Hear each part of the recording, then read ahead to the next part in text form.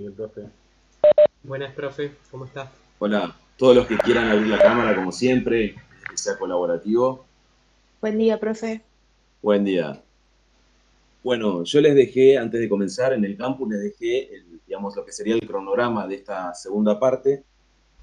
Nuestra intención es obviamente tener entre 6 y 7 semanas de digestivo, fundamentalmente, y después tratar de anclar esto de digestivo con lo que viene, que es metabolismo, o sea, que no quede como una cosa separada y dos temas separados, sino es, bueno, una vez que se digieren y absorben los alimentos, ¿qué ocurre con ellos? ¿Cuál es la producción final? Y la idea, bueno, finalmente de todo esto, como el objetivo final de todo esto es producir ATP en todas las células, es ver shock, ¿sí? Y el único tema que queda un poco desfasado, pero que está en nuestra materia, son las arritmias prevalentes, los trastornos prevalentes del electrocardiograma. También le subí la mayor parte de las guías de habilidades clínicas y las guías de morfofisiología. Voy a tratar de subir esta semana el resto de las que quedan. Y obviamente la semana que viene no tenemos clases, lunes porque es feriado, obviamente, y martes y sábado de la semana que viene tampoco, porque el sábado se toma el recuperatorio. Entonces la intención, el recuperatorio del primer parcial. Entonces la intención es que esa semana, bueno, los 49 entre ausentes y aquellos que lo dieron mal, se preparen, digamos, tengan esas horas también protegidas para estudiar, y el sábado a las 9 horas en la sede de Martilleros sería el examen recuperatorio del primer parcial, o sea que no vamos a tener ni laboratorios ni seminarios. Y la siguiente semana sí, ya volvemos todo a la normalidad, laboratorios presencial de nuevo y seminarios por ahora obviamente virtual, ¿sí? Esta es más o menos el recorrido de este cuatrimestre. Y la clase de hoy, lo que nos compete hoy es trabajar sobre motilidad digestiva general, pero yo obviamente le voy a dar primero las bases, digamos, la mínima cuestiones anatómicas, histológicas, para entender la fisiología de la motilidad. Y esto que vamos a ver de anatomía y de histología después se va a repetir, o sea, en cada clase cuando veamos los aparatos, los sistemas o los órganos en sí, van a ver que se repite, digamos, obviamente, la estructura particular o específica que tiene ese órgano. Hoy, en general, vamos a ver entonces anatomía muy general, la histología general de todo el aparato digestivo, ¿sí? Cómo está constituida esa histología, y vamos a hacer hincapié en básicamente la histología del esófago y luego sí en motilidad total del tubo digestivo, ¿sí? Entonces, empiezo. Perdón, no les pregunté, supongo que están viendo bien la presentación, ¿sí? Ok, Sí, profe. buenísimo. Bueno, entonces, primero, recordar que el tubo digestivo, ¿no?, está constituido por una estructura tubular, digamos, un sistema como si fuera tubular, pero también con glándulas macizas anexas. O sea que el tubo digestivo podríamos decir que va desde la boca hasta el ano, ¿no? El alimento va a pasar, obviamente, desde la boca, primero hacia la faringe, luego al esófago, al estómago, luego va a transcurrir hacia el intestino delgado, recordando que el intestino delgado es duodeno, yeyuno e ilion, ¿sí? En esa secuencia, duodeno, yeyuno e ilion, y que en total esto llega a tener 6 a 8 metros. Y luego pasamos al intestino grueso, que para nosotros es el colon, que también tiene diferentes segmentos el colon, ¿sí? El colon se va a dividir en colon ascendente, ubicado a la derecha, el colon transverso, como su nombre le indica, atravesando, ¿sí?, todo el abdomen a nivel superior, el colon descendente a nivel izquierdo, el sigmoides, ¿sí?, y que luego esto se va a continuar con el recto, que más o menos tiene 8 a 10 centímetros, y finalmente con el ano, que el ano tiene un esfínter anal interno y un esfínter anal externo, ¿sí? La diferencia entre estos dos lo vamos a ver al final de esta clase, uno es involuntario y el otro es voluntario. A esto hay que agregarle las glándulas anexas, y esas glándulas son las glándulas salivales, de las cuales en general están la parótida, que es preauricular, la sublingual y la submaxilar, que serían las principales, las más grandes, pero después hay miles de glándulas salivales a nivel de la cavidad oral, de la región palatina, la región faríngea, ¿está bien? Y se han descubierto algunas en el esófago y algunas a nivel oral que antes no se conocían. Y también tenemos otras glándulas muy importantes que son obviamente el páncreas en su porción exócrina, ¿sí?, que libera el jugo pancreático, y el hígado, obviamente, con la bilis y la vesícula biliar, que es el almacenamiento de la bilis. ¿Está bien? Eso hay que tomarlo en cuenta. ¿Cómo se estudia el tubo digestivo? Bueno, el tema del tubo digestivo es complejo, digamos, ¿no? Porque es una estructura tubular muy interna, digamos, por lo tanto, para acceder a ella no es fácil, digamos. Uno dice, bueno, tenemos la tomografía, ¿no? Tenemos la ecografía, sí, pero la ecografía observa bien algunas estructuras tubulares, observa bien la vesícula biliar, observa el hígado, puede a veces, si no hay muchas complicaciones y un paciente está preparado, observar bien el páncreas, pero no puede hacer una observación después eficiente, ¿sí?, del resto de la estructura del tubo digestivo. Sí hay, digamos, cuando se inflama en ciertas partes, como el apéndice, una apendicitis, un buen ecografista puede hacer muy buen diagnóstico. Y la tomografía pasa algo similar, o sea, es muy buena la tomografía porque muestra todo el sistema, las relaciones que tiene, complicaciones que tiene, pero claro, para ver por dentro lesiones pequeñas y que estén dentro de la pared, digamos, dentro de la luz, no es un muy buen estudio, digamos, ¿sí? O no completa, no alcanza. Entonces, para estudiar el tubo digestivo, que es un órgano tubular, tenemos que ir por dentro, ¿sí?, explorarlo por dentro. Y para eso, digamos, prácticamente no hay todavía un mejor estudio que las videoendoscopías. Las videoendoscopías se clasifican en videoendoscopía digestiva alta. ¿Lo están escuchando ahí o va cortado? Hay una compañía que dijo que va cortado. ¿Se escucha bien, profe? Yo te escucho bien, Claudio. Sí, Está ok. bien, profe. Entonces les decía que la forma de estudiar es la videoendoscopía digestiva alta, que es la introducción, obviamente, del endoscopio flexible en general por la boca, y que va haciendo esto que ustedes ven ahí, ¿no? Va atravesando parte de la faringe, el esófago, el estómago, y que puede llegar incluso hasta la primera y segunda porción del duodeno, ¿sí? La primera porción del duodeno es esta, transversal, y esta es la segunda, la vertical. Que es ahí, en esa segunda porción, donde desembocan el conducto colédoco, que trae la bilis, y el conducto de Wirsung del páncreas, con todo el jugo pancreático. Y después tenemos la videoendoscopía digestiva baja, que es la introducción del endoscopio a través del ano y la exploración prácticamente de todo el colon, ¿sí? Pero claro, nos queda el intestino delgado, ¿sí? Por ejemplo, la tercera y cuarta porción del duodeno, el yeyuno y el ilion, sin exploración porque no alcanza con esto. Entonces ahí hay otros mecanismos y otros estudios que podemos hacer. De cualquier manera, en general, la patología yeyuno-ileal suele ser benigna, o suele tener procesos complejos pero benignos, y que muchas veces el diagnóstico se lleva por biopsias duodenales, o sea, más superiores, digamos, ¿no? Y con eso entendemos la patología más inferior. Pero claro, para explorar el yeyuno y el ilion es mucho más complicado con estos aparatos. Las endoscopías se hacen con un paciente sedado, pero levemente, o sea, no tiene que estar adormecido, es algo que el paciente lo exprese claramente, está acostado, y la persona, ese endoscopio tiene una camarita, ¿sí?, en la punta que va iluminando todo esto para que nosotros veamos por dentro, y además tiene aparatos para hacer, si se quiere, lavado, extracción, y tiene un aparato para hacer biopsias, que eso es lo importante, o sea, podemos hacer con el mismo endoscopio no solo la exploración, sino que podemos tomar biopsias. Incluso podemos extraer cálculos, muchas veces, como les voy a mostrar ahora un video y después lo van a ver bien nuevamente en hígado y en bilis, que podemos hacer extracción de cálculos y hacer tratamientos efectivos con el endoscopio. Esto es lo que les decía recién, fíjense en el endoscopio que llegó acá, que es la segunda porción del duodeno, y cómo a través de él podemos meter como una especie de canastita, ¿sí?, que nos permite extraer un cálculo que estaba en el colédoco, ¿sí? Lo que ven acá arriba es el colédoco, ¿sí?, que trae la bilis, y acá está el conducto de Wirsung del páncreas, que acá en este caso desembocan en el mismo lugar, ¿sí?, en la ampolla de Vater, que se llama, en la segunda porción del duodeno. Entonces, cuando hay un cálculo que obstruye la circulación de la bilis, podemos con el endoscopio también hacer tratamiento efectivo, o sea, sacarlo. Y aparte el endoscopio nos permite, como van a ver después en otras clases, es colocar un stent cuando esto está obstruido, como sucede a veces en algunos tumores, y nos permite drenar toda la bilis, drenar toda la bilis.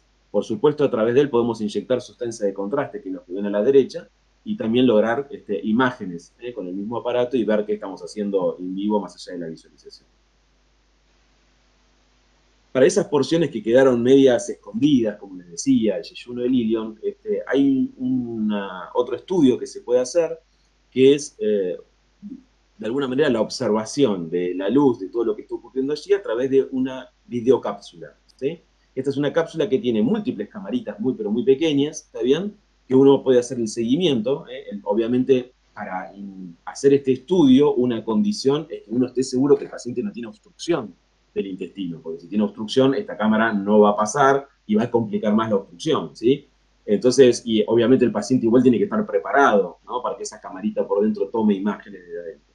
Pero bueno, el paciente le ingiere, va viajando esa camarita y va tomando diferentes imágenes, e incluso hoy hay algunas que se pueden seguir por fuera hasta con sistemas similares a ecografía, y que nos permiten la visualización directa de todo lo que está ocurriendo y la manipulación de esa cápsula, es decir, como un imán que nos permite manipularla y nosotros podemos correrla un poquito, unos centímetros para arriba o para abajo. Como les dije, digamos, no es un estudio muy, pero muy frecuente de hacer, pero existe esa posibilidad. Ahora, una cuestión para mí muy importante, que recuerden que en general los medios de comunicación, incluso entre los médicos, queda esta idea de que estos estudios endoscópicos son ya una cuestión de rutina, ¿no? Como que sí, es verdad, o sea, en el sentido de que ya hay mucha gente muy entrenada en esto, la verdad que tenemos muy buenos endoscopistas en el país, son excelentes, etcétera, pero no es un estudio de rutina. Como todo estudio invasivo, ¿sí? Tiene complicaciones, y esas complicaciones van de la perforación, la ruptura del órgano en el que estamos viendo, la insuflación excesiva, la molestia, el dolor y la ruptura, por ejemplo, del esófago en el tórax puede provocar cuadros de mediastinitis, que pueden llegar a ser muy graves y ocasionar la muerte del paciente. Entonces, digo esto porque los medios de comunicación, después de un caso que ocurrió en nuestro país, los medios dijeron, entró por un estudio de rutina, ¿no? Y se fue muerta. Y la verdad es que el endoscopio no solo que no es de rutina, sino que tiene, obviamente, sus complicaciones, que por suerte son ínfimas, digamos. El paciente tiene que prepararse para los estudios, digamos, en la videocolonoscopia hay que hacer una preparación de un día entero eficiente para que yo pueda observar el colon. Entonces, digamos, tratemos de evitar el uso de rutina, porque nadie por rutina quiere que le estudien, digamos, el tubo digestivo con una endoscopía. Esto digo para aclarárselo también a los pacientes siempre, de que ni siquiera la extracción de sangre venosa es de rutina. Así que bueno, eso es importante. Empecemos con la anatomía y yo elegí empezar, me voy a tomar 3 minutos, 4 minutos para hablar de la cavidad oral, en el sentido de que en general en medicina no le damos mucha bolilla a lo que es la dentición, ¿sí? Entonces me gustaría empezar con la cavidad oral, vamos a ver un poquito los dientes, la lengua, el paladar, y luego sí nos metemos hacia adentro. Entonces, recuerden que al abrir la cavidad oral, ¿sí? En las personas nosotros examinamos toda la cavidad oral, y es muy importante porque a veces las manifestaciones de las enfermedades pueden ser acá en la cavidad oral, las enfermedades sistémicas. Entonces tenemos que examinar la cavidad oral siempre, siempre. Y no solo cuando el paciente viene con faringitis. Entonces fíjense qué es lo que vamos a observar. Obviamente, las piezas odontógenas superiores, las piezas odontógenas inferiores. Vamos a revisar si están completas, si están incompletas, si tienen lesiones, si hay alguna infección o inflamación en las encías, sangrados. Recuerden que muchas enfermedades de la boca también se pueden diseminar por la sangre y después impactar incluso en el corazón, provocando infecciones cardíacas, así que eso es importante. Luego tenemos el paladar. El paladar lo dividimos en un paladar duro, que sería la parte más anterior, y un paladar blando, ¿sí? Ahí donde ven la úvula, la campanilla, ¿sí? Y atrás el velo posterior del paladar, que es blando. La importancia de esto no solo es con la fonación, ¿sí? Sino que cuando estamos deglutiendo, el paladar blando posterior va a subir, va a ascender en forma refleja y va a ocluir las coanas, es decir, los orificios nasales posteriores. Esto va a impedir que el alimento que yo estoy ingiriendo pase hacia las fosas nasales o el líquido pase a las fosas nasales. Entonces, este reflejo neurológico, que es parte de la deglución, es muy, pero muy importante. Entonces, hay que recordar que el paladar blando, ¿sí? Que ahora después lo van a ver en una imagen cómo trabaja, no solo sirve para la fonación, obviamente, ni para la alimentación en sí, sino que nos protege de un reflujo del alimento y del líquido hacia las cavidades nasales. Están viendo, obviamente, las amígdalas ahí en la región más posterior. Generalmente, a veces se ven y otras veces no se ven. Muchos pacientes tienen hipertrofiadas estas glándulas de chiquitos y han quedado muy visibles, y esto no significa nada patológico, ¿sí? Y son un sistema inmunológico muy importante, nos defienden, obviamente, de gérmenes en la cavidad oral, y también es expresión a veces de algunas enfermedades oncológicas. El linfoma no Hodgkin, por ejemplo, puede manifestarse, digamos, en la cavidad oral, en el circuito de Waldeyer, que se llama, que es un conjunto de glándulas que están en este nivel. Y abajo está la lengua, ¿sí? Nuestra lengua, que como habíamos visto en neuro, está formada por muchísimos músculos, y que tiene una inervación particular, ¿no? Porque nosotros la dividimos la inervación en lo que es sensitivo y lo que es motor. Lo motor habíamos estudiado que es gracias al hipogloso, al 12º par craneal. Y lo sensitivo también teníamos que diferenciar lo que es sensibilidad en cuanto al tacto de la lengua, que eso lo da el trigémino, como todo lo que es la cara, y por otro lado la sensibilidad de lo que es el gusto en sí, ¿sí? Entonces el gusto está dado en la parte anterior de la lengua por el facial, el 7º par, y en la parte posterior con el glosofaringeo, que es el 9º par. Entonces fíjense que un solo órgano, digo la lengua, que es un órgano muscular, tiene 4 pares craneales encargados de su inervación completa, ¿sí? Estos son los dientes, como les dije, nosotros tenemos en el adulto, ¿no? 32 piezas odontógenas, vamos a tener 8 incisivos, 4 superiores y 4 inferiores, que nos sirve para cortar los alimentos. Tenemos 4 caninos, 2 superiores y 2 inferiores, para ayudar a cortar y a desgarrar los alimentos. Luego tenemos 8 premolares, 4 superiores y 4 inferiores, para triturar los alimentos, ¿sí? Y por último tenemos aproximadamente 12 molares, arriba obviamente la mitad, 6 de ellos y 6 abajo, que sirven también para triturar los alimentos, ¿sí? Estos son los 32.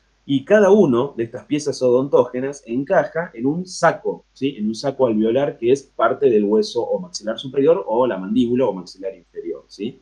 Para entrar ahí, obviamente, tiene que tener mecanismos de sujeción y tiene que tener también, obviamente, nutrición. Entonces, lo que ven acá es la pieza odontógena, generalmente constituida por fosfato, por calcio, ¿sí? Que está incluida en esto que es el saco alveolar odontógeno, o sea, óseo, el estuche óseo, pero que también va a tener piezas de sujeción, ¿sí? Un montón, digamos, de estructuras que lo mantienen fijo a esta estructura como si fuera una estructura cemental, un cemento, y obviamente tiene un lugar que es una cavidad pulpar, donde van a tener ahí la arteria que lo irriga, ¿sí? Estructuras venosas, y obviamente los filetes nerviosos, que si ustedes recuerdan neuro, tenían que ver con el trigémino, ¿sí? Que son esos filetes, especialmente acá abajo, los que obviamente nos anestesian cuando vamos a algún procedimiento odontógeno, para que obviamente no percibamos ninguna molestia. Acá en la radiografía se ve la pieza odontógena, cómo entró en ese saco alveolar, cómo entró en el saco alveolar, ¿sí? Perfectamente. Y acá ven, por ejemplo, en una panorámica, ¿sí? Una RX panorámica de la cavidad oral, fíjense en los arreglos que tiene este paciente, que se pueden ver, pero también acá ven una pieza, ¿no? Que no ha descendido, ¿sí? Que está desviada, que no ha descendido, y que encima de ello no está ocupando el lugar de salida que debería ocupar, que es este espacio, sino que está impactando, ¿sí? Sobre los incisivos superiores. Esto obviamente a veces no tiene mayor peligro, pero a veces obviamente lo que hay que hacer es procedimientos leves para reacomodar esto, mínima cirugía, y que pueda salir para este lado, porque después puede perjudicar la salida o la pérdida de las piezas superiores, ¿sí? Esto es muy común de observar. Y entonces nosotros, si bien muchas veces no le damos mucha importancia a esto, siempre es relevante que a todos nuestros pacientes, a partir de entender esto, de la importancia que tienen las enfermedades sistémicas en la boca y cómo la boca puede dar enfermedades, después complicaciones en otros órganos, y es que a todos los pacientes les digamos que hay que cepillarse los dientes, ¿no? Y el cepillado es de todos los dientes, la encía y parte de la lengua, con el mejor cepillo que tengamos, que no es necesario que compren la pasta dental ni la pasta dental más cara, porque la pasta dental, si bien tiene flúor, digamos, el agua nuestra en nuestro país es fluorada, no la requiere, y no está comprobado, digamos, que la utilización de la pasta dental mejora el cepillado. Digamos. Entonces, el cepillado es lo más importante, que tiene que ser circular, abarcar las piezas superiores e inferiores, la porción de las encías, obviamente, con mucha suavidad, y obviamente también la lengua. Y que se debe hacer al levantarse, al acostarse y luego de cada comida.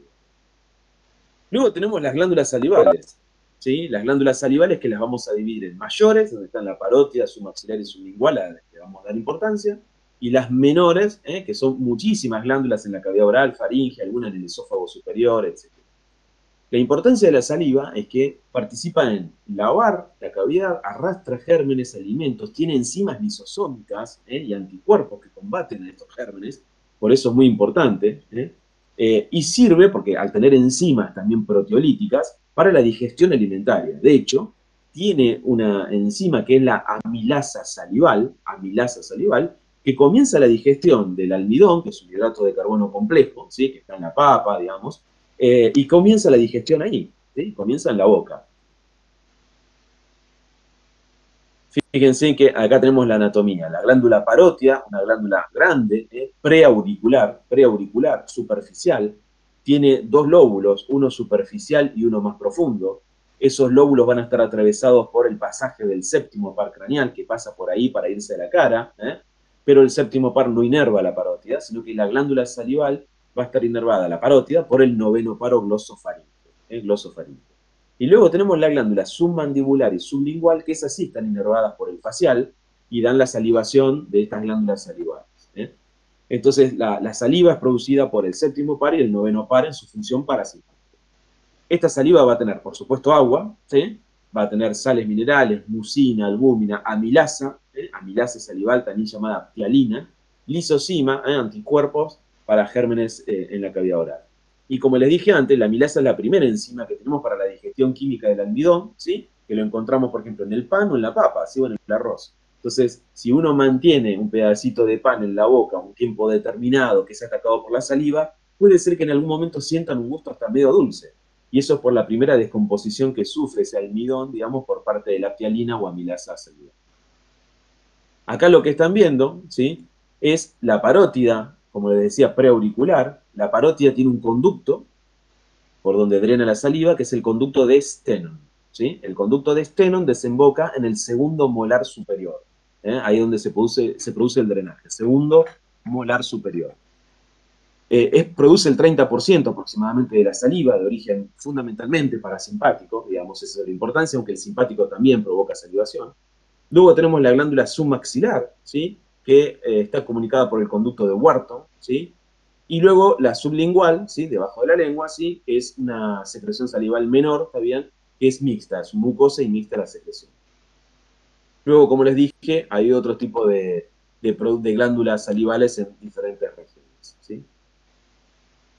Bien, y acá viene algo interesante que después se va a repetir en páncreas, ¿sí? En páncreas.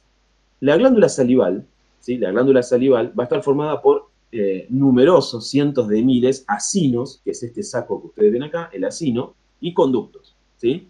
De la unión de todos los acinos y conductos se va a formar la totalidad de esa glándula. Todo esto va a drenar después, en el caso de la parótida, en su conducto, que es el conducto de Stennon. ¿Por qué lo nombramos así? Diferenciamos el acino del conducto, porque la producción del acino y del conducto son diferentes. El acino, ¿sí? El acino lo que produce es el componente básicamente enzimático, ¿sí? Enzimático de la secreción salival. O sea que lo que son enzimas proteolíticas u otro tipo de enzimas va a ser secretado por estas células del acino. Y los conductos van a ser encargados de la secreción más iónica y agua, ¿sí? Especialmente bicarbonato que tiene acá, ¿sí? Entonces, es una, digamos, la secreción salival es producto de doble secreción, del acino enzimática y una secreción iónica por parte del conducto, ¿sí? Fíjense en que el parasimpático y simpático provocan secreción salival, pero es diferente. El parasimpático es mucho más copiosa y es más sostenida, ¿está bien? Por eso es la más importante. En el simpático es muy escasa, es transitoria y suele ser pastosa. Por eso a veces cuando corremos, encima que nos deshidratamos, etcétera, tiene una secreción de saliva muy, pero muy pastosa y diferente. Y como les decía recién, ahí tienen la secreción acinar, que contiene enzimas como la ptialina o amilasa salival, y la segunda secreción de los conductos, que es más rica en bicarbonato, es también donde se produce reabsorción de sodio. Profe, Escucho. eh, seguro es media burra la pregunta, pero ¿qué significa que sea más copiosa? Que Copiosa es sea grande, abundante. más... Ah, bien. Claro, cuando decís una lluvia copiosa es que es abundante, ¿sí? Eso significa copiosa es de abundante. Acá lo que están viendo es el conducto de Stennon, ¿sí? El conducto de Stennon que desemboca en el segundo molar superior. ¿Por qué lo ponemos? Porque una de las patologías de la glándula parótida puede ser a veces que por esa secreción pastosa, por algunos trastornos iónicos, se formen cálculos en el conducto de Stennon, ¿sí? O sea, cálculos como en otros órganos.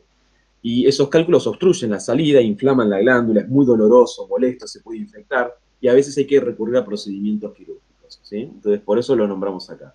Y después, por supuesto, perdón, no lo nombré, ahora voy a nombrar, hay algunas patologías que son funcionales, o sea, la glándula histológicamente está bien, pero tiene un deterioro en su función, porque hay alteración en los canales de secreción iónica.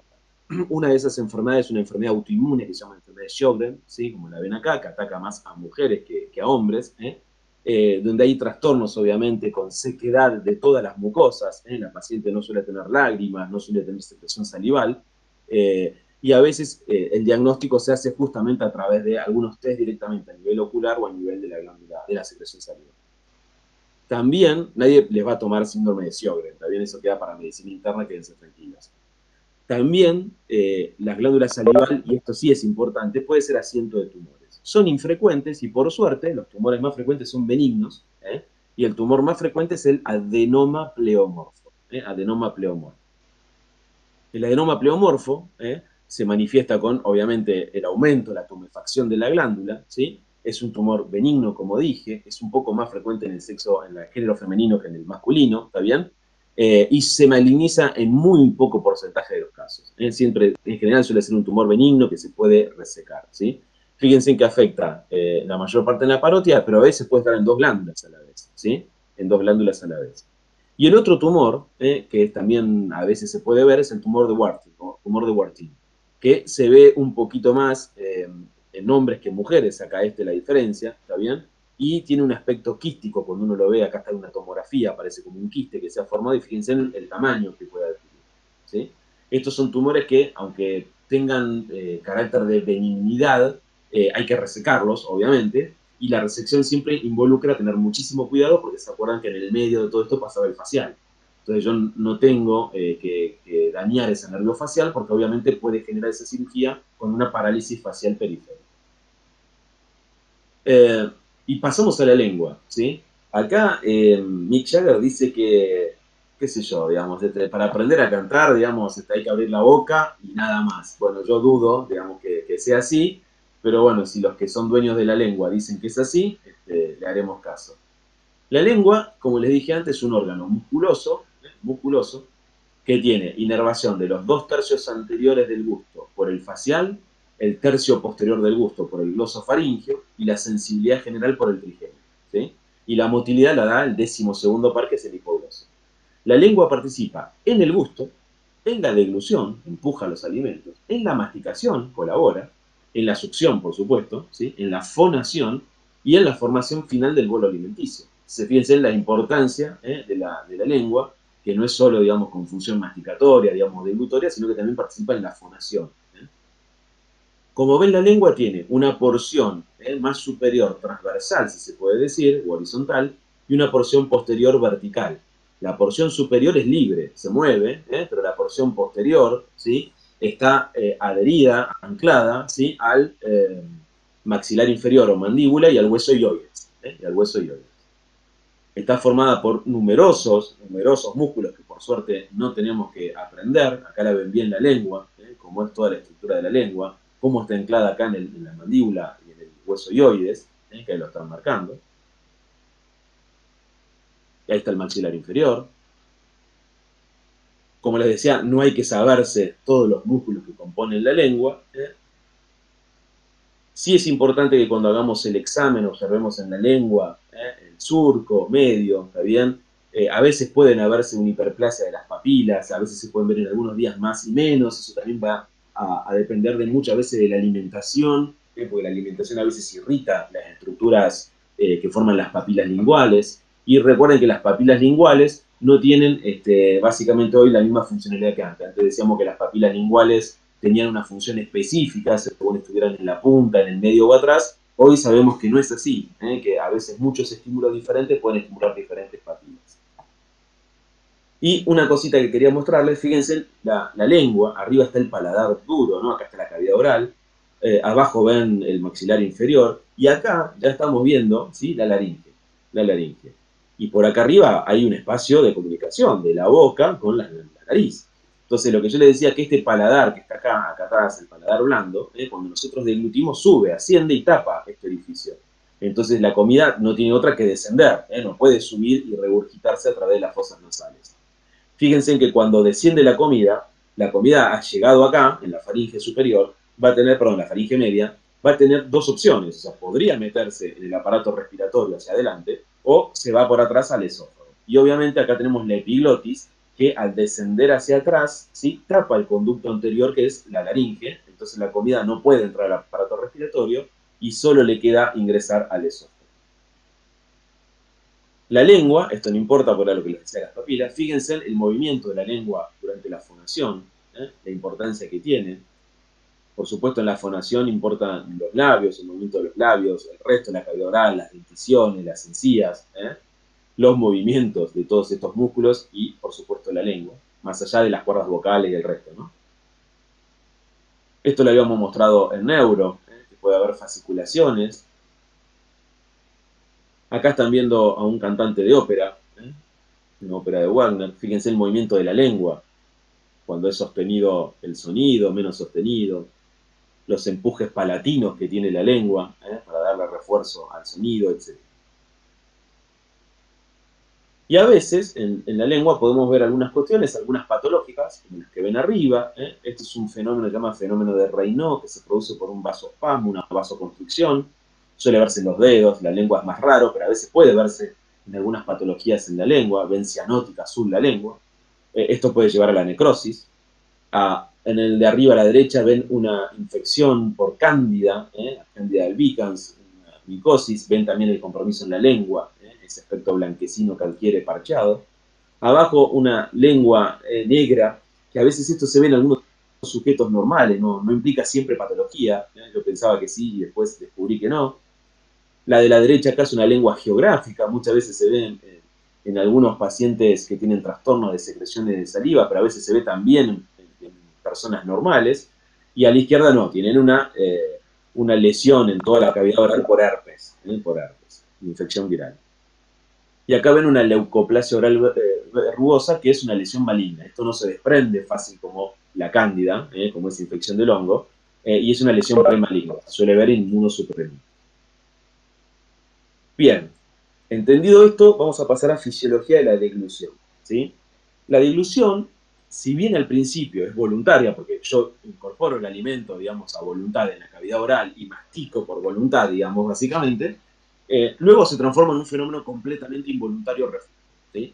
Tiene 3 tiempos, decimos. La deglución tiene un tiempo o una fase oral o bucal, una fase faríngea y una fase esófago-gástrica, ¿sí?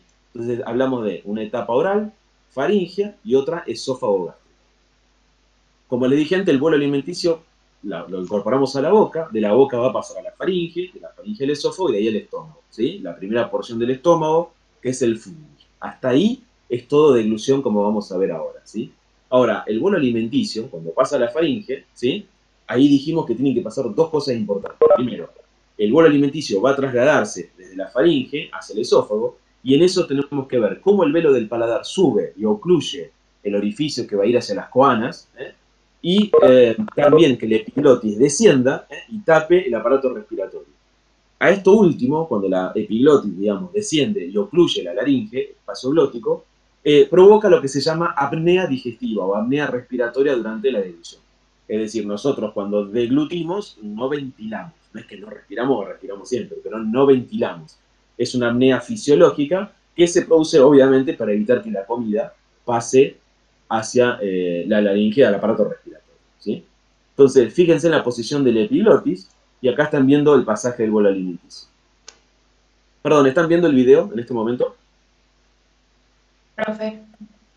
Sí. Buenísimo, buenísimo. Miren entonces, acá hasta la lengua, por supuesto, y ven que el alimento baja, ¿sí? Y podría meterse por acá, ¿sí? Pero no lo hace porque la epiglotis cierra esa posibilidad, Por supuesto, cuando hacemos esto y estamos hablando, nos distraemos, nos cuentan algo chistoso, etcétera, este mecanismo falla, digamos, muchas veces y parte del líquido se va al aparato respiratorio, bueno, empezamos a toser, ¿no? O tenemos regurgitación nasal, etcétera, digamos, pero es un mecanismo muy, pero muy eficiente. Acá van a ver todo, fíjense, el velo del paladar, cómo sube, cómo asciende, y ahí la epiglotis cómo desciende. Entonces, no le queda otra al alimento que irse para atrás. Fíjense la lengua cómo empuja.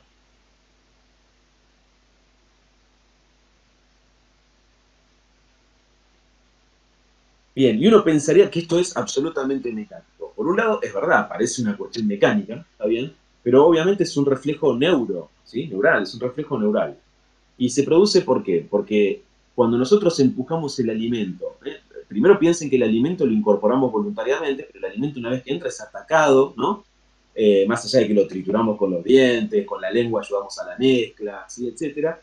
El alimento es atacado también por las secreciones salivales que comienzan la digestión, forman todo ese bolo alimenticio, y con la lengua lo empujamos también para atrás. Al pegar el alimento hacia atrás, hacia la pared posterior de la faringe, ahí hay unos corpúsculos que se llaman corpúsculos de Pomerenke. Esos corpúsculos de Pomerenke, ¿sí?, al ser estimulados, provocan un reflejo neural que desencadena todo el resto de lo que se llama reflejo de la deglución completa. ¿Y en qué consiste? Bueno, en parte en ayudar con que el velo del paladar ascienda, perdón, sí, la parte del paladar final, ¿no?, ascienda, que el epiglotis descienda y que se relajen los esfínteres esofágicos y el esófago comienza a moverse. O sea, reciba el alimento, pero también se mueve. Perdón, acá están viendo el mismo video, entonces el alimento golpea hacia atrás, desencadena el reflejo, la epiglotis desciende, tapa la laringe, el alimento pasa, ahí abre el esfínter esofágico superior, la faringe acá ya se transformó en esófago acá, entonces se abre el esfínter esofágico superior y pasa y se cierra para que no haya reflujo, y empieza el esófago a moverse. Acá tienen el movimiento epiglótico, visto en otro video.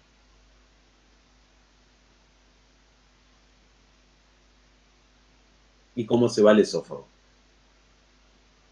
Y acá tienen una forma de estudiar, por lo menos la fase superior de la deglución, que es con esto que es un trago de bario. El bario es un elemento que no es tóxico, ¿sí?, no es soluble, o sea, no se absorbe en su mayor parte, digamos, y entonces le podemos decir al paciente que lo tome y mientras lo toma hacemos radioscopía. Por supuesto, esto es un procedimiento sencillo, pero con rayos, ¿no?, hay que tener en cuenta eso.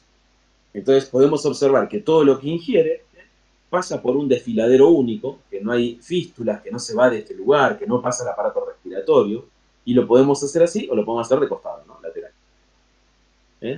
Fíjense el paladar cómo sube en el último momento, cómo la epiglótica apenas se ve y cierra, y el alimento que pasa al esófago sin irse para adelante. Es un estudio de deglución normal.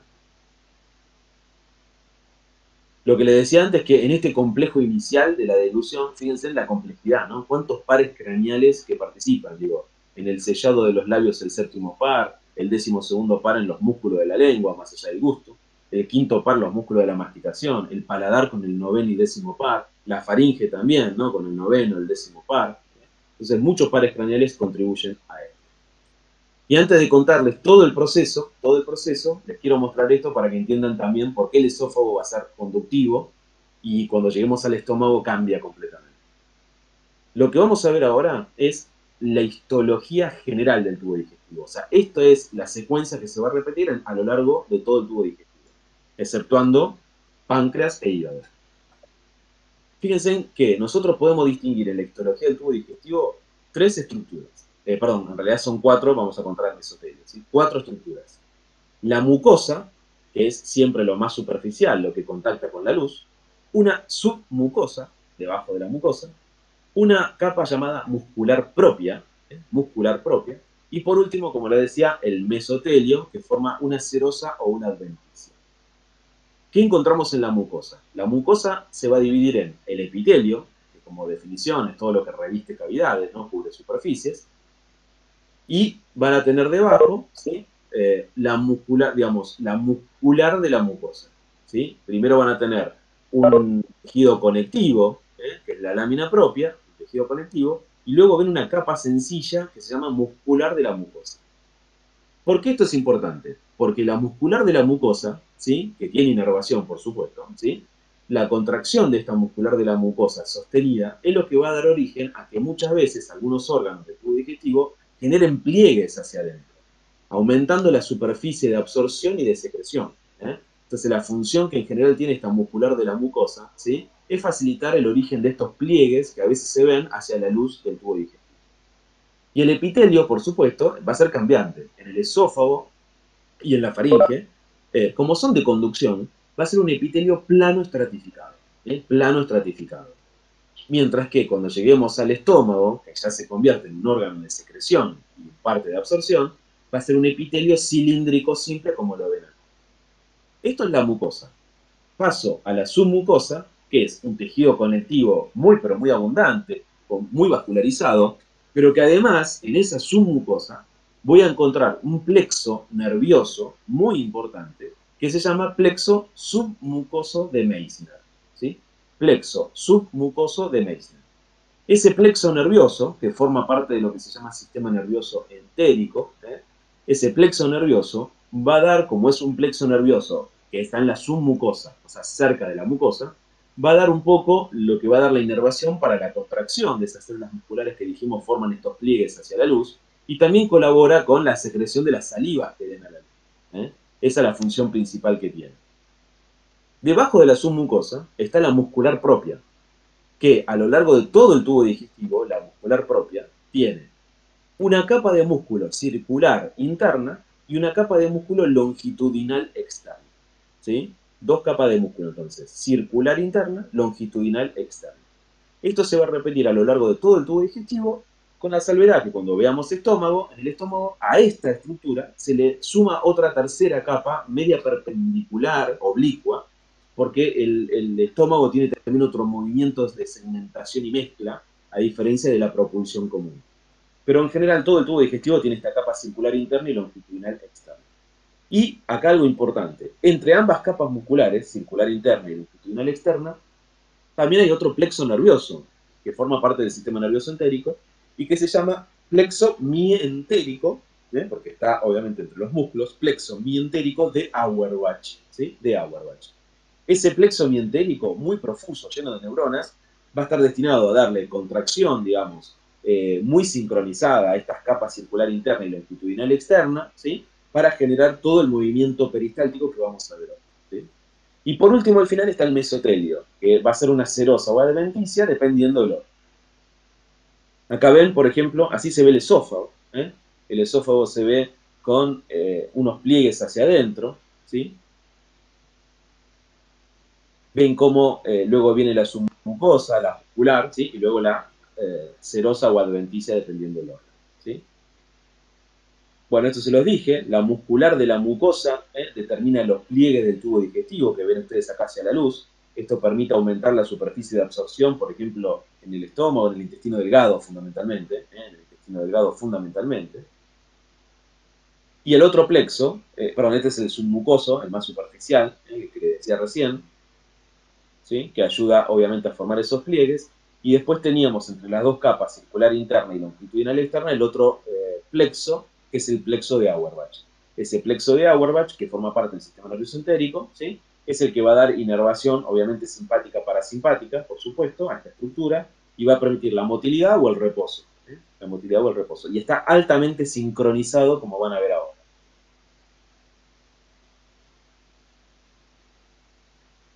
Lo pasamos. Bien. Esto después lo van a ver en cada órgano, ¿sí? Por eso lo paso. Entonces, entendiendo esto, todo lo que vimos recién, que vimos cómo era la cavidad oral ya, ¿sí? Todas las estructuras que están y los pares craneales y la histología general, volvemos a la motilidad digestiva, a la deglución. Entonces, primero nosotros podemos dividir a la motilidad digestiva en dos grandes tipos de motilidad, ¿sí? La propulsiva, es decir, esa motilidad que me ayuda a propulsar los alimentos en un sentido, ¿sí? Que no haya regurgitación, siempre hacia adelante, y una motilidad de mezcla, Y esto no quiere decir que esté una y la otra no esté. Por ejemplo, el estómago tiene ambas, ¿sí? Propulsa y mezcla al mismo tiempo, ¿sí? Pero digamos son dos motilidades diferentes. Y dentro de la propulsiva, la más importante para nuestro sistema digestivo es la que llamamos peristaltismo. O sea que en realidad nosotros vamos a hablar de ondas peristálticas, propulsivas.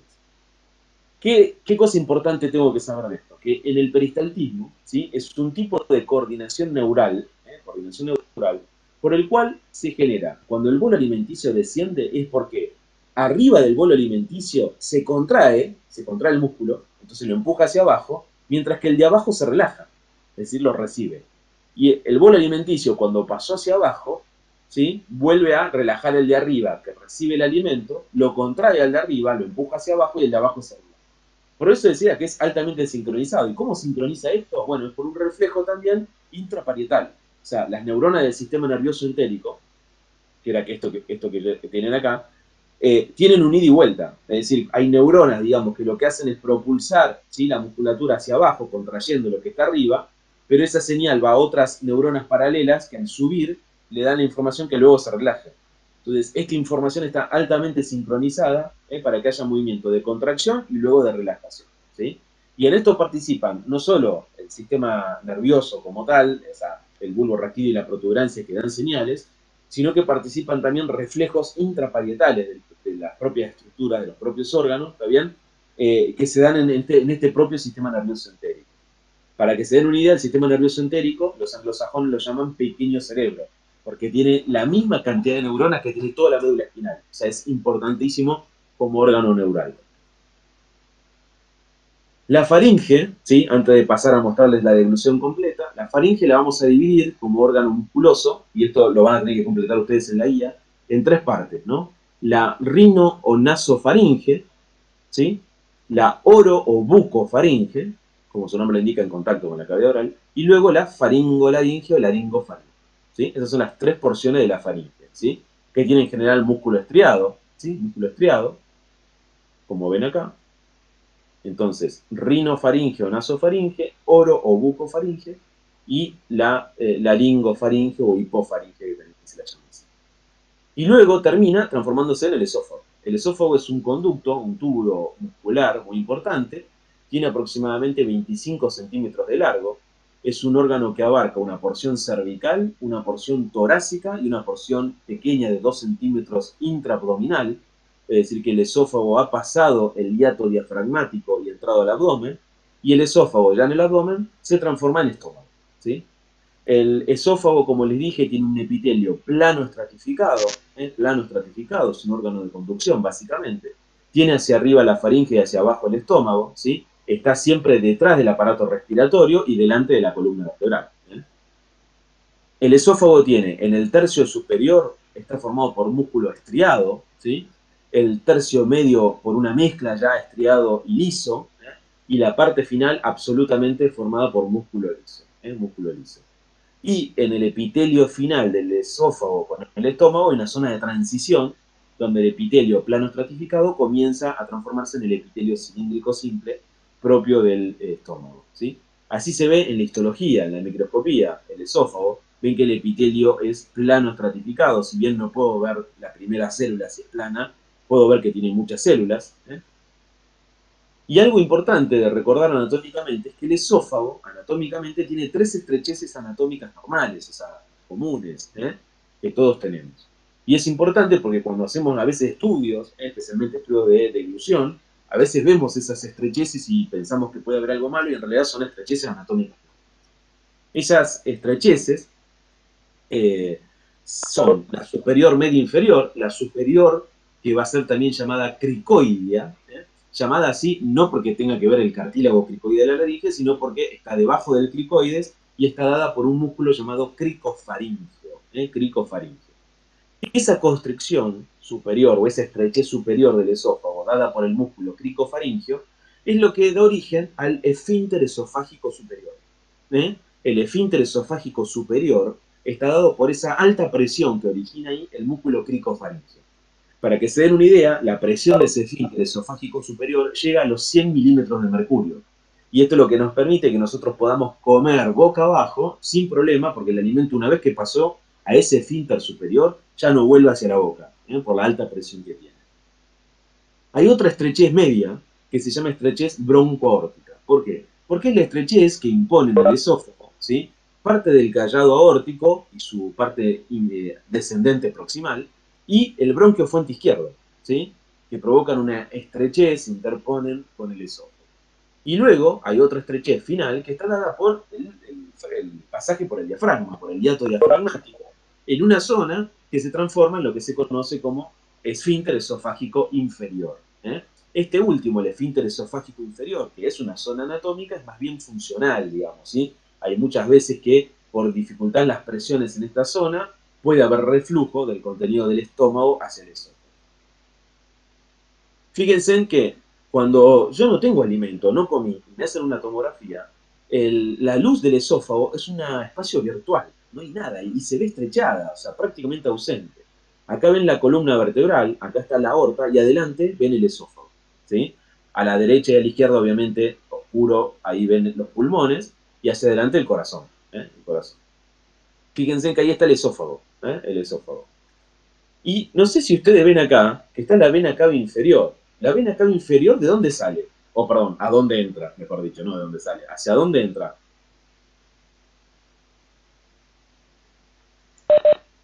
La cavidad auricular derecha. ¿Derecha? Bien. Y entonces, ¿qué vamos a tener acá adelante? ¿Qué será esto?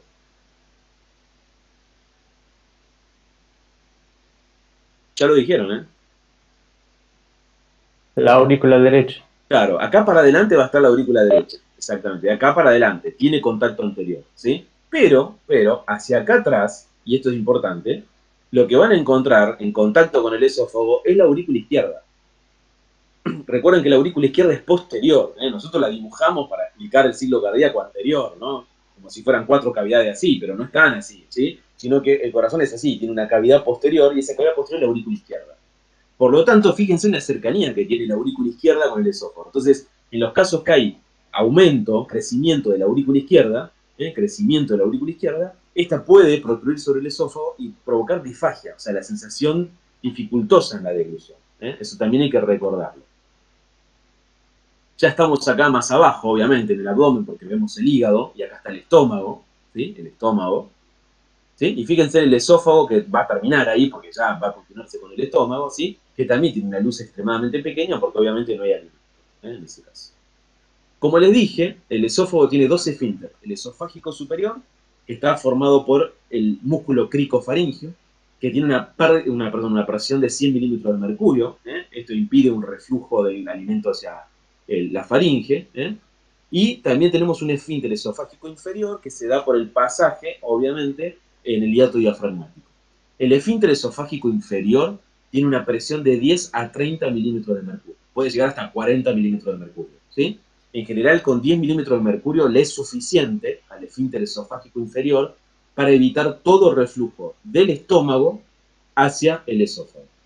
Cuando ese esfínter esofágico inferior pierde capacidad de contraerse tónicamente, ¿sí? O sea, se relaja excesivamente, bueno, ahí se produce el reflujo del contenido ácido del estómago hacia el esófago, que no está preparado para este reflujo ácido, y genera un daño en el esófago, que después lo van a ver bien, que se llama esófago de Barrett. O sea, el esófago se defiende de ese ácido que le llega del estómago y su epitelio cambia de ser plano estratificado a cilíndrico, o sea, eso se llama metaplasia, cambiar de epitelio por otro, y eso se llama esófago de Barrett.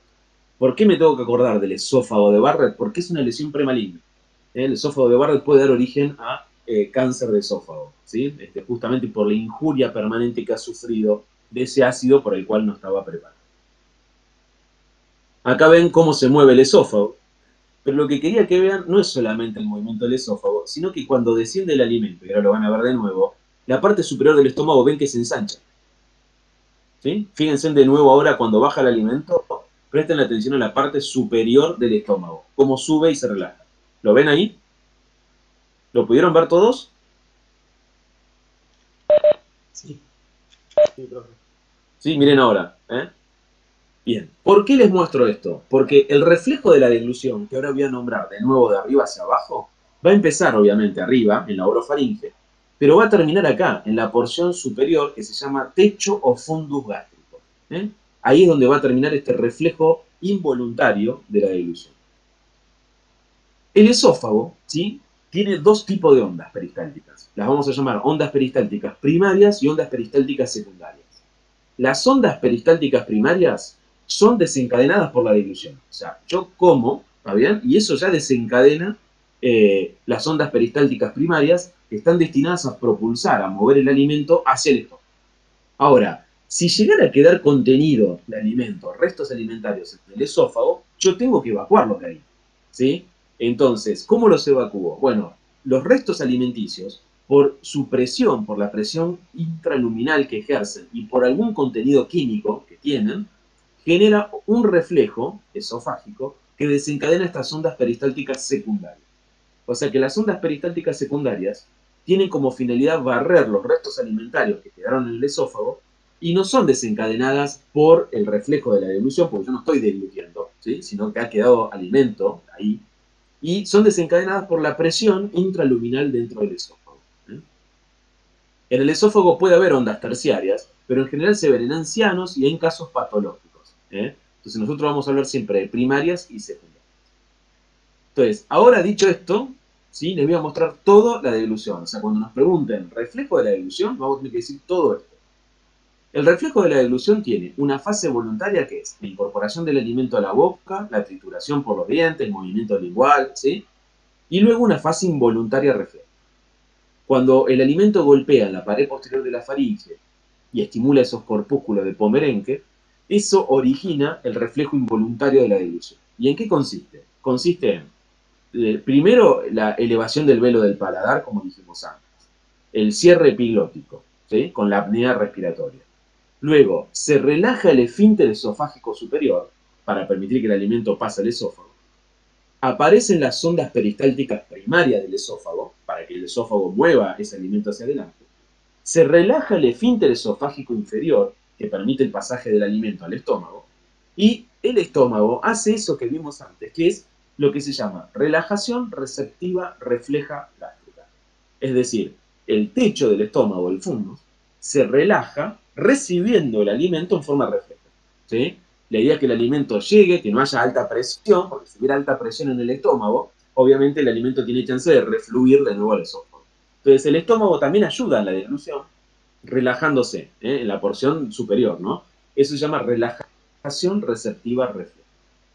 Entonces, vamos de nuevo parte por parte. Comienza la deglución, se eleva el velo del paladar, ¿sí?, cierra el orificio hacia las cuadras.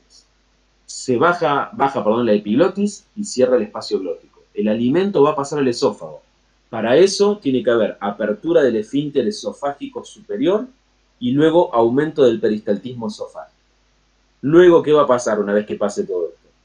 Cuando el alimento ya esté en el esófago, aparecen las ondas peristálticas primarias que van propulsando el alimento y se relaja el esfínter esofágico inferior y el alimento pasa al estómago, que está relajado. ¿Eh? Todo esto es lo que ocurre en el reflejo de la deglución. Si llega a quedar alimento en el esófago, ¿qué ocurre? Pregunta para ustedes. Secundario. Las peristálticas Muy bien, secundarias. aparecen las ondas peristálticas secundarias, que lo que tengo que acordar que no es por la deglución, porque ya no tengo alimento en la boca, ¿sí?, sino el alimento ya pasó, sino que son desencadenadas por el aumento de la presión dentro de la luz del esófago y por ciertos contenidos, porque ahí en el esófago, en la pared, tiene también quimioreceptores, ciertos componentes químicos del alimento que desencadenan esta reflexión.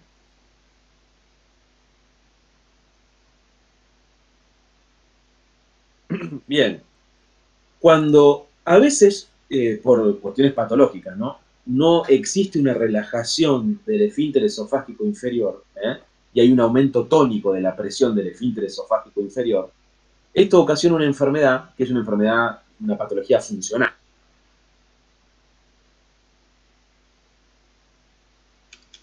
¿Puede ser, profe, que no se lo escucha Sí, cortó el audio? se apagó el micro. ¿Lo escuchan, chicos?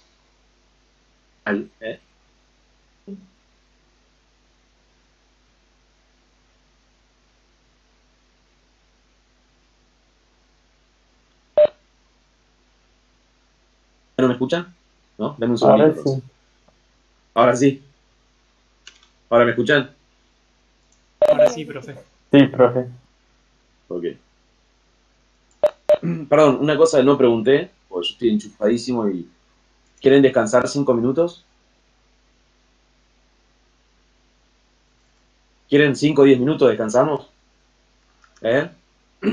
Bueno, hagamos así, 5 o 10 minutos, ¿está bien? Y volvemos. No mucho más, ¿está bien? Para que no se pierdan tampoco toda la idea, pero descansemos si quieren 5 o 10 minutos y volvemos, ¿está bien? ¿Sí? Lo que vamos a ver ahora, nosotros vimos toda la primera parte de la deglución. Lo que yo le voy a contar ahora es qué le pasa al alimento que llegó al estómago, cómo se mueve para adelante y cómo termina la historia. ¿Sí? Y ahí termina la clase, ¿está bien? Entonces hacemos 5 o 10 minutos y volvemos.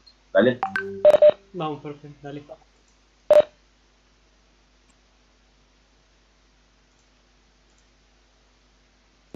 Justamente la característica es la falta de relajación del esfínter esofágico inferior, un primer momento donde hay ondas peristálticas vigorosas, muy grandes, pero que después eso se va agotando porque se va dilatando el esófago, y va perdiendo funcionalidad, y luego viene un periodo de quiescencia, donde el esófago prácticamente no se mueve. Fíjense la dilatación a la que puede llegar el esófago. El esófago es un órgano que tiene una adventicia alrededor que es muy laxa, o sea, le permite distenderse mucho, eso pasa también en los tumores, sin dar muchos síntomas hasta que, hasta que es muy tarde, digamos, ¿no? Donde ya las patologías están avanzadas. Entonces, fíjense en cuando uno hace una imagen con válido, ese contraste que yo les había dicho antes, que acá está todo el contenido del esófago que está dilatado y la estrechez esa que ustedes ven ahí. Pero esto no es una estrechez ocasionada por un tumor, ¿se entiende? No es en la luz, sino que es funcional por la falta de relajación de ese flujo, ¿sí? Obviamente esto es quirúrgico, se opera, digamos, hay medidas antirreflujos, a veces simplemente con la endoscopía misma, ¿sí? Se coloca se hace con un balón un aumento de presión y se relaja solo, ¿sí? Y a veces con eso se soluciona y a veces requiere muchas intervenciones durante la vida de los pacientes.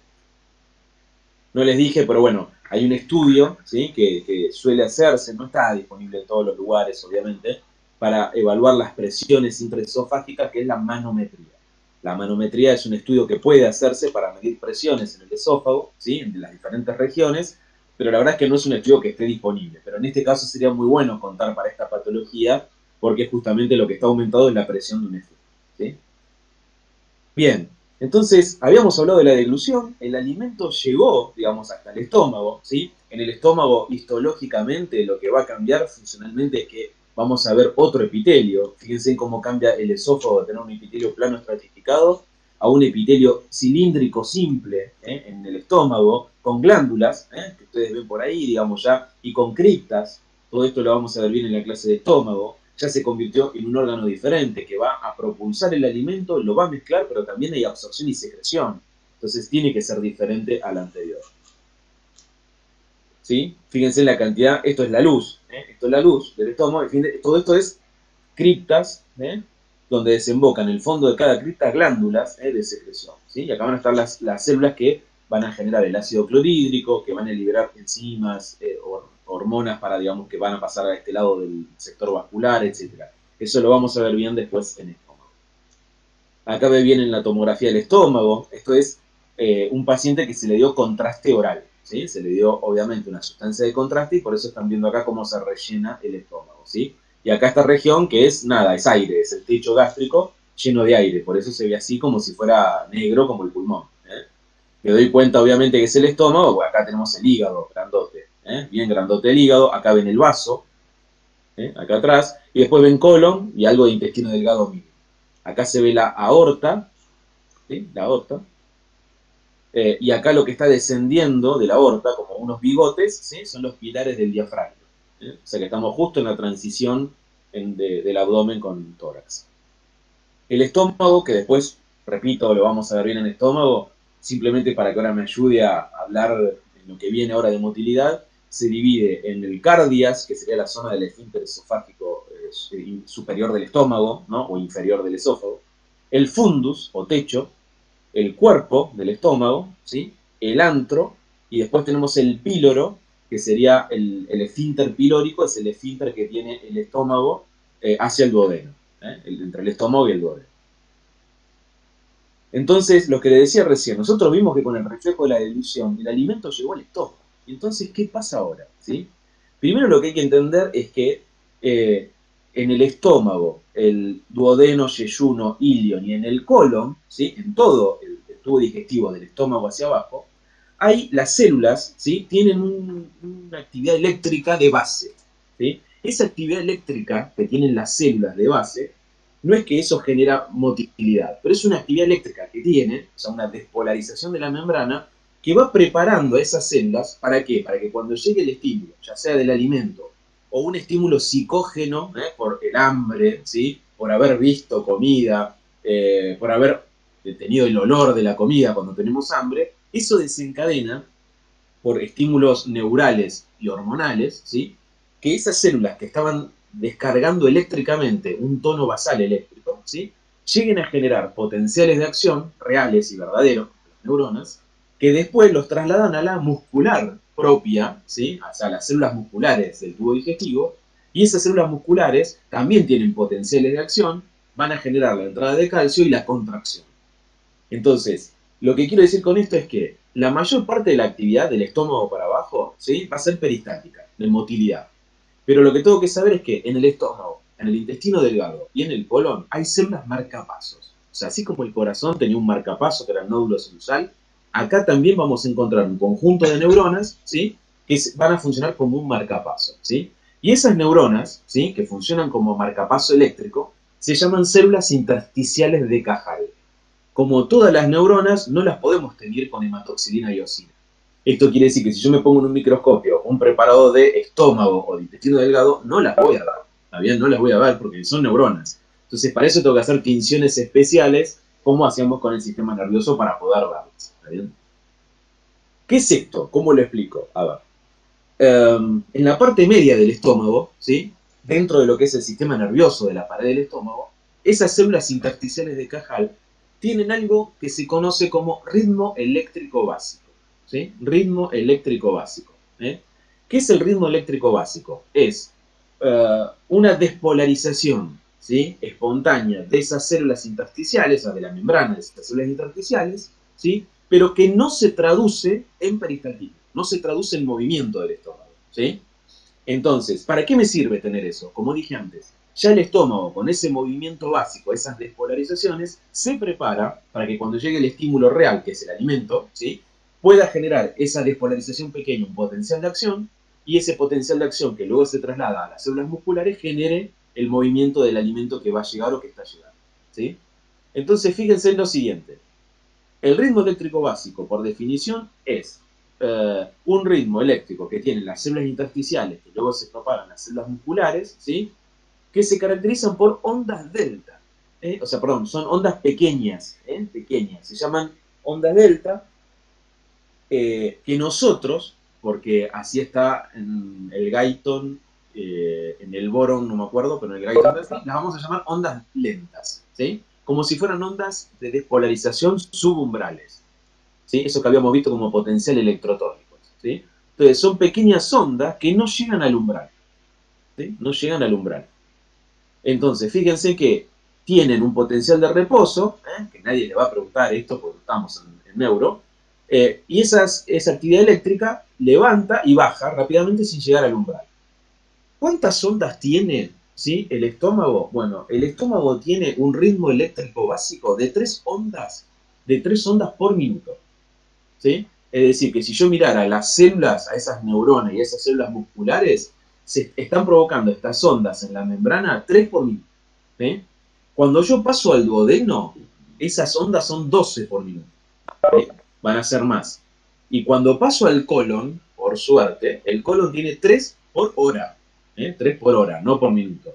¿Por qué digo por suerte? Porque esas ondas lentas, si llegaran al umbral y desencadenan potencial de acción, después significa movimiento.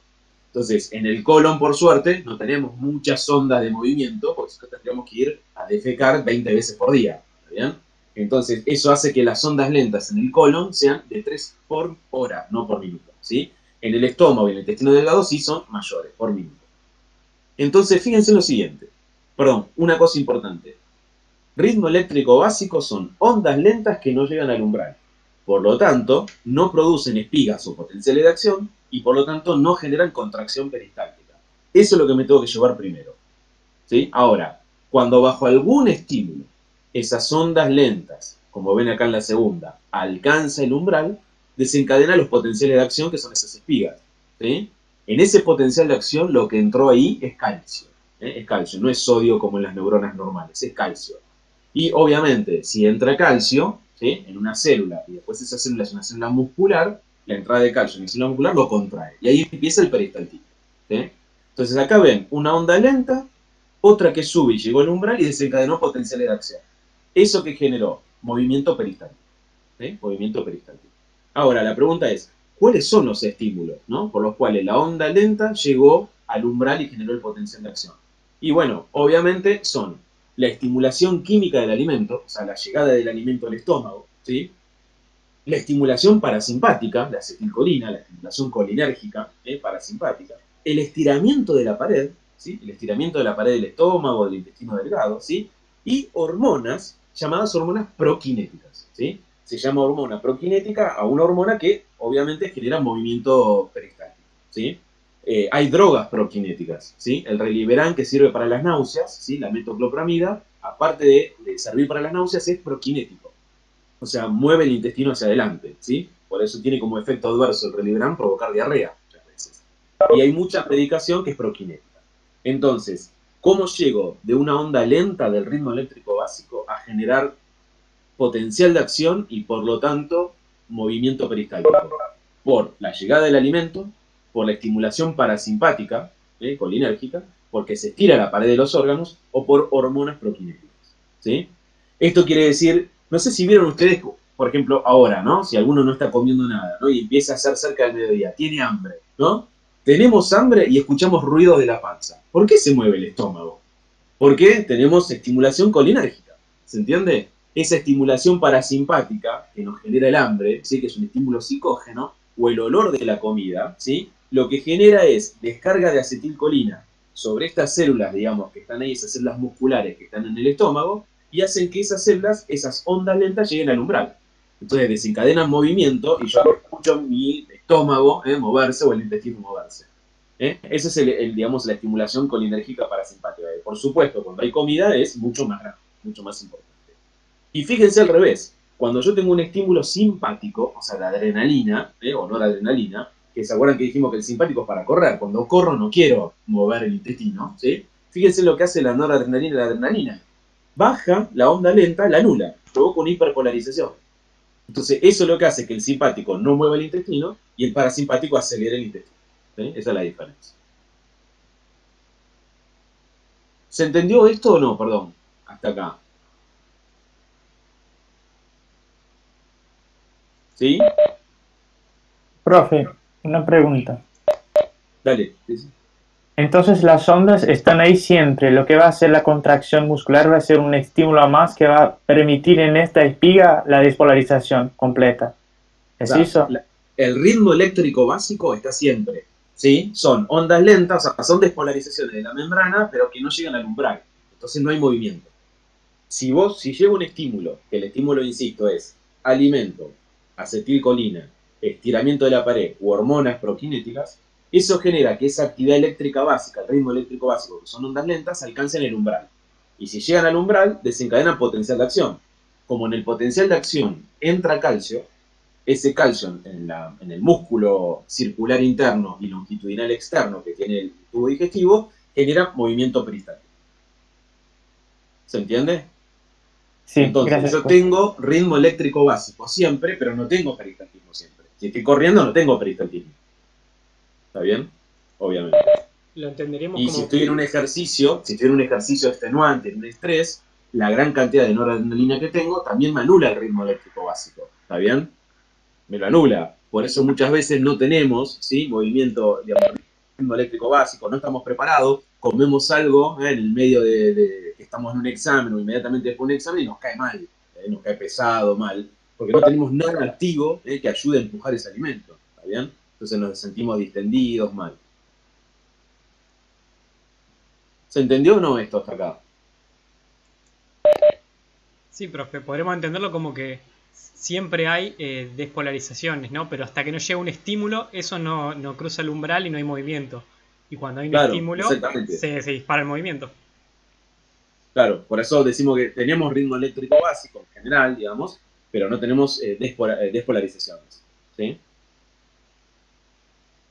Bien, ahora yo aprendí cómo el alimento que llega después de la dilución llegó al estómago. ¿Qué hace el estómago? ¿No? El estómago transforma ese ritmo eléctrico básico en potencial de acción y empieza las ondas peristálticas en el estómago, después en el duodeno, el yeyuno y en el... ¿Sí? Ahora la pregunta es, terminé de comer, ¿no? Pasaron 2 horas, pero me quedó resto alimentario en el estómago o en el intestino delgado. ¿Está bien? ¿Qué hago con eso?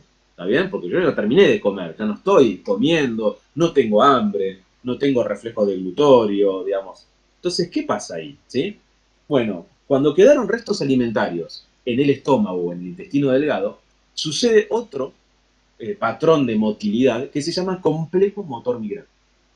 El complejo motor migrante es un patrón de motilidad interdigestivo. ¿Sí? O sea, se da entre las comidas, no por las comidas. ¿Sí? Que cuando ya terminé de comer o estoy en ayuno. ¿Sí? Que lo que hace es, a través de una serie de fases, que no importa, son varias fases, ¿está bien? Desencadena, ¿sí? En forma refleja, movimiento peristáltico para barrer con los restos alimentarios. ¿Sí? Entonces, el complejo motor migrante es un patrón de motilidad interdigestiva. ¿Sí? Tiene periodo de motilidad con periodos que está quieto, ¿también? Pero se desencadena por la misma presencia del alimento, los restos alimentarios que han quedado. y se mantiene en el sueño. O sea, yo me voy a dormir, terminé de comer, y se mantiene ese complejo motor migrante, ¿sí? Barriendo los restos alimentarios en el estómago y en el intestino delgado. No existe complejo motor migrante en el colon. No existe complejo motor migrante en el colon. También decimos por suerte, porque si no, cuando estamos durmiendo y se desencadena el complejo motor migrante, también la materia fecal que estaría en el colon se movería y nos daría ganas de defecar a cada rato. ¿Está bien? Entonces, no tenemos complejo motor migrante ni en el esófago, obviamente, que ya la comida pasó por ahí, ni en el colon. ¿Sí? Está en el estómago y en el intestino delgado. ¿Algún libro puede decir que hay complejo motor migrante en la primera porción del colon? Está bien, pero olvidemos eso, ¿está bien? Es básicamente estómago, ¿sí? Y llega hasta el ilion, ¿sí? A la última parte del intestino delgado. ¿Sí? ¿Para qué sirve el complejo motor migrante? Para barrer restos alimentarios del tubo digestivo, en los periodos en que no estoy comiendo, para disminuir el crecimiento, o sea, el sobrecrecimiento bacteriano, porque, digamos, ya terminé de comer, entonces el movimiento ese barre las bacterias que tenemos, ¿sí? Y aparte, algo interesante es que cuando el complejo motor migrante se desencadena, ese alimento que había quedado en el estómago, en el intestino, yo no quiero que vaya todo hacia el colon y se transforme en materia fecal, sino que lo que quiero también es que esos restos alimentarios también se digieran. Entonces, el mismo complejo motor migrante, por efecto hormonal, ¿sí? Cuando se desencadena, estimula la contracción de la vesícula biliar. Y en la vesícula biliar, que hay bilis, ¿sí? Se vierte toda esa bilis al duodeno y también facilita la digestión de esa comida que quedaba ahí, ¿está bien?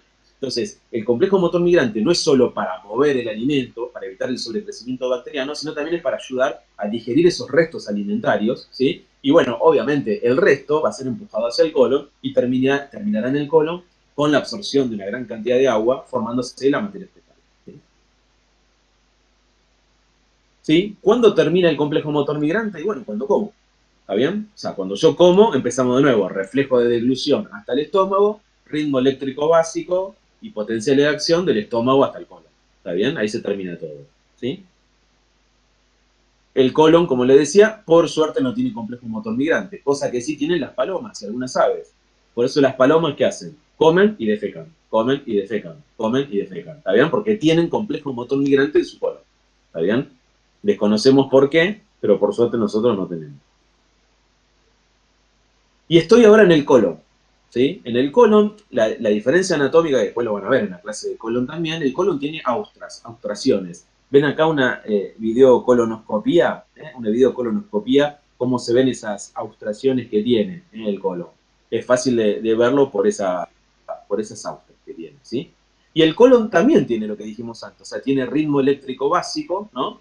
Y cuando llega el alimento o el estímulo parasimpático, hace potencial de acción y se mueve, ¿sí? Se mueve. Pero el colon también tiene una función importante que es la absorción de mucha cantidad de agua, ¿sí? Insisto que esto lo van a ver bien en la función colónica en la clase de colon. Entonces, el colon absorbe mucha cantidad de agua y ayuda a la formación de la materia fecal. Y ahí, digamos, en esa última porción, el colon sigmoides, ¿sí? Que es esto que está acá, ¿sí? Esto que está acá es el colon sigmoides, el recto y en el ano, se va a producir, por último, el reflejo de la defecación. La defecación tiene algo involuntario y, por supuesto, algo voluntario. La defecación, básicamente, ahí para explicarla, hay dos reflejos, ¿sí? Dos reflejos que son involuntarios, un reflejo intrínseco y un reflejo que lo podemos llamar extrínseco si quieren, ¿sí?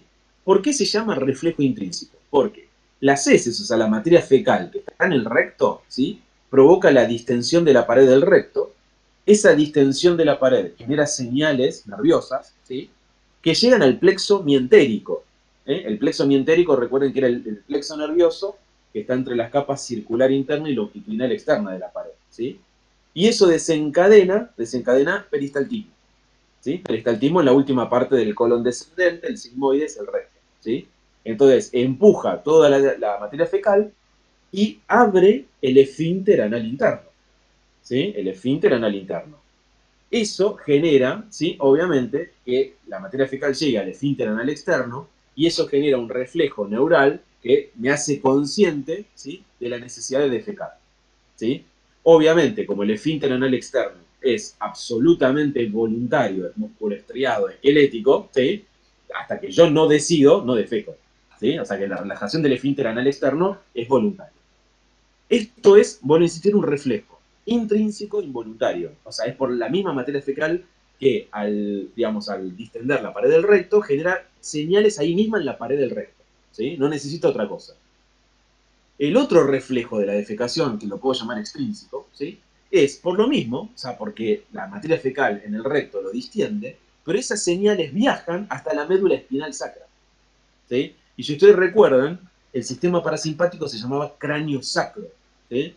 Y eso es porque en la médula espinal sacra, ¿sí? La médula espinal sacra, salen las neuronas parasimpáticas que luego van a desencadenar el peristaltismo de la última porción del colon, la relajación del esfínter anal interno, para que nuevamente me desencadene la necesidad de defecar. ¿Sí? La diferencia con el anterior es que el anterior era por estímulos directamente con la pared, no necesitaba las neuronas de la médula espinal. Y este es que también participan las neuronas de la médula espinal. Esto explica por qué pacientes que han tenido traumatismos graves de médula espinal tienen retención fecal, bolo fecal. ¿Se entiende? O sea, y tienen que ayudarlo los médicos, los enfermeros, digamos, a que defeque. Justamente ¿por qué? Porque la lesión en la médula espinal les quitó parte de este reflejo. ¿Sí? Parte de este reflejo. ¿Vamos hasta acá o no? Me quedan 3 minutos. 3 minutos nada más. Prometo. Lo que voy a hacer ahora es el resumen, ¿sí? Pero les voy a preguntar a ustedes para ver si se acuerdan algo de la que es el resumen. Entonces, empiezo con la deglución. ¿La deglución es voluntaria o involuntaria? Empecemos por ahí. Voluntario. Voluntaria. ¿Todo es voluntario? La parte superior voluntaria y inferior involuntaria. Ah, está bien. Entonces, la deglución, ¿no? Tiene una parte voluntaria, ¿no? Y una parte involuntaria. O ustedes le pueden decir con su cerebro, no sé, a la faringe, al esófago, che, movete, vamos. No, no pueden, ¿no? Básicamente uno no puede hacer eso. O al estómago decirle, che, relájate, que voy a mandar una albóndiga, ¿sí? No, no se puede, ¿sí? No se puede hacer eso. Entonces, la deglución tiene una parte voluntaria, ¿sí? Que es la incorporación del alimento a la boca, la trituración, mover los músculos masticatorios, la lengua, ¿no? Todo eso. Obviamente ahí hay parte involuntaria, que es la secreción de saliva, que es parasimpática, ¿sí? Y una parte refleja o involuntaria. Y esa parte refleja involuntaria se inicia cuando el alimento pegaba en la pared posterior de la faringe y estimulaba los corpúsculos de Pomerenque. ¿Qué pasaba ahí? Pomerenque. Apnea fisiológica, o sea, la epiglotis descendía y tapaba la laringe, ¿no? Y el velo del paladar subía y tapaba la entrada de las coartas. Se abre el esfínter esofágico superior. Empiezan las sondas peristálticas primarias del esófago. Se abre el esfínter esofágico inferior y hay relajación receptiva refleja del techo del estómago. ¿Sí? O sea, todo esto último es reflejo. O sea, yo no le doy la orden al esfínter del esófago, dilatate, ¿sí? Ni le doy la orden al techo del estómago, relájate. No, esto es un reflejo, ¿sí? Es un reflejo neural. ¿Hasta acá vamos bien o no? ¿Sí? Sí. Bien. Ahora, si me quedan restos alimentarios en el esófago, ¿qué pasa? ¿Cómo lo saco de ahí? Las contracciones peristálticas secundarias. Muy bien, las ondas peristálticas secundarias del esófago, ¿sí? Las primarias eran desencadenadas por el reflejo de la deglución. ¿Se entiende? Las secundarias por el resto alimentario en el esófago. ¿Sí? ¿Se entendió hasta acá o no? Bien. Ahora, ¿cómo sigue esto? El alimento está en el estómago. ¿Qué le está pasando mientras tanto todo esto en el estómago? El estómago tiene un ritmo eléctrico básico, que son ondas lentas, ¿está bien? Y lo mismo le pasa al duodeno, al yeyuno, al ilion y al colon. Todo tiene un ritmo eléctrico básico. ¿Sí? En el estómago entonces tenemos ondas lentas ante la llegada de alimentos, la distensión de la pared, estímulos parasimpáticos o las hormonas, como dijimos, proquinéticas. Esas ondas lentas se transforman en espigas potencial de acción, con entrada de calcio y empieza la peristalsis intestinal. O sea, se mueve el estómago, se mueve el yeyuno, el duodeno, yeyuno, ilion y el colon. ¿Sí? ¿Vamos bien hasta acá? Entonces el alimento llega al intestino. Y el alimento llega al colon. ¿Están todos de acuerdo con esto o no? Bien. Ahora, ¿qué pasa si me quedan restos alimentarios en el estómago o en el intestino delgado, pero ya no tengo hambre, no tengo ganas de empujar ese alimento con más alimento, ¿sí? ¿Qué pasa ahora si me quedaron restos alimentarios, ya terminé de comer hace una hora? ¿Qué aparecía? El complejo motor migrante. Muy bien, aparece el complejo motor migrante. O sea, con la idea de, saquemos esos desechos, o sea, esos restos alimentarios, que no son desechos, perdón, son restos alimentarios que, como dijimos antes, también me va a ayudar la contracción de la vesícula, la bilis a absorber, a digerir esos alimentos y absorberlos, ¿sí? Y el resto terminará, obviamente, por movimiento en el colon, sabiendo que el colon no tiene complejo motor migrante, ¿no? Es de estómago hasta ahí. Complejo mayor migrante. Y mientras tanto en el colon, ¿no? ¿Qué pasa? Y obviamente, si hay necesidad, está el reflejo de la defecación, ¿sí? Que por suerte, como dijimos, sucede cada tanto en el día, ¿está bien? Mientras la materia fecal no sea abundante y no empuje, no va a abrir el esfínter esofágico inferior. Cuando lo abre y llegó al esfínter esofágico, perdón, el esfínter anal, quise decir, no esofágico, el esfínter anal externo, que es el voluntario, y ahí desencadena un estímulo consciente de defecación. Y ya a partir de ahí es voluntario. ¿Todo esto se entendió? Bien. Esto es el resumen de la clase. Estas últimas dos, ¿sí? Es básicamente todo el resumen de la clase, que era que veamos un poquito cómo era el esófago con las estrecheces, la histología general y la motilidad, ¿sí? La motilidad. ¿Preguntas que tengan? Entonces, de la clase de hoy, lo que tengo que estudiar es 3 tipos de motilidad. Deglución, ¿no? Hasta el techo del estómago, ritmo eléctrico básico, en todo el estómago para abajo, completo, y después complejo motor migrante, estómago e intestino delgado. Esos son los 3. Me quedaría el último, que es la defecación. Después la defecación, ¿sí? ¿Está bien? Ese es el concepto básico. Y repasen la histología, o sea, acuérdense bien la histología general del tubo digestivo, ¿sí? Y vimos la del esófago diciendo que el epitelio es plano estratificado. La histología ahora se complica un poco más en el estómago, en el intestino delgado, porque ahí participan muchas células diferentes, ya tenemos que hablar de secreción y absorción, ¿está bien? Pero es importante que ustedes repasen cómo es la histología general, por lo menos, ¿sí? ¿Alguna pregunta? Una cosa que no dije al comienzo, lo había dicho el martes, es, en esta parte, en esta rotación, en estas 6 a 8 semanas, tengo que tener el libro de anatomía al lado, el libro de histología al lado, el libro de fisio al lado y el libro de patología al lado. ¿Sí? Porque, por ejemplo, hoy vimos acalasia y la acalasia la tomamos. ¿Sí? La acalasia la tomamos. Después vamos a ver la clase que viene, úlcera, o sea, vamos a ver una clase de repaso con úlcera y gastritis en el estómago, también vamos a ver pólipo y cáncer de colon, ¿está bien? Entonces, tengo que tener un libro de patología como el Robbins, digamos, básico, para saber esas patologías básicas, ¿está bien? Cómo se ven, ¿sí? Entonces, en estas 6 semanas hay que tener esos libros a mano. ¿Preguntas, dudas que tengan?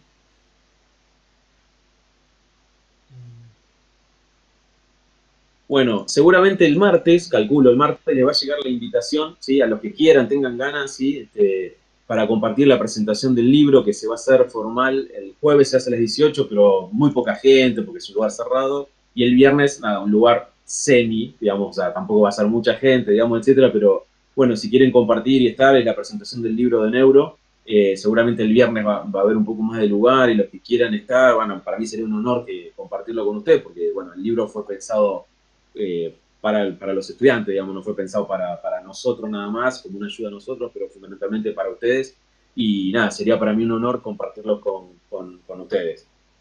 Nada, es simplemente una invitación, y obviamente el que quiera, buenísimo estar, buenísimo. Y si no, nada, tienen el link para ver en YouTube. Pero bueno, nada, ver a River en la cancha no es lo mismo que verlo, no sé, perdón, no digo, pero bueno, no es lo mismo que verlo, digamos, en la compu o en la tele, así que... Profe, ¿dónde va a ser? El jueves es en la Casa del Balcón, pero ahí no vamos a poder entrar, y el viernes, no sé todavía, lo deciden ahora, y el martes creo que nos van a dar el flyer, digamos, como para invitar, digamos. ¿Sí? Ahí va a figurar bien todo. ¿Sí? Bueno, nos vemos entonces la semana que viene, no nos vemos, ¿está bien?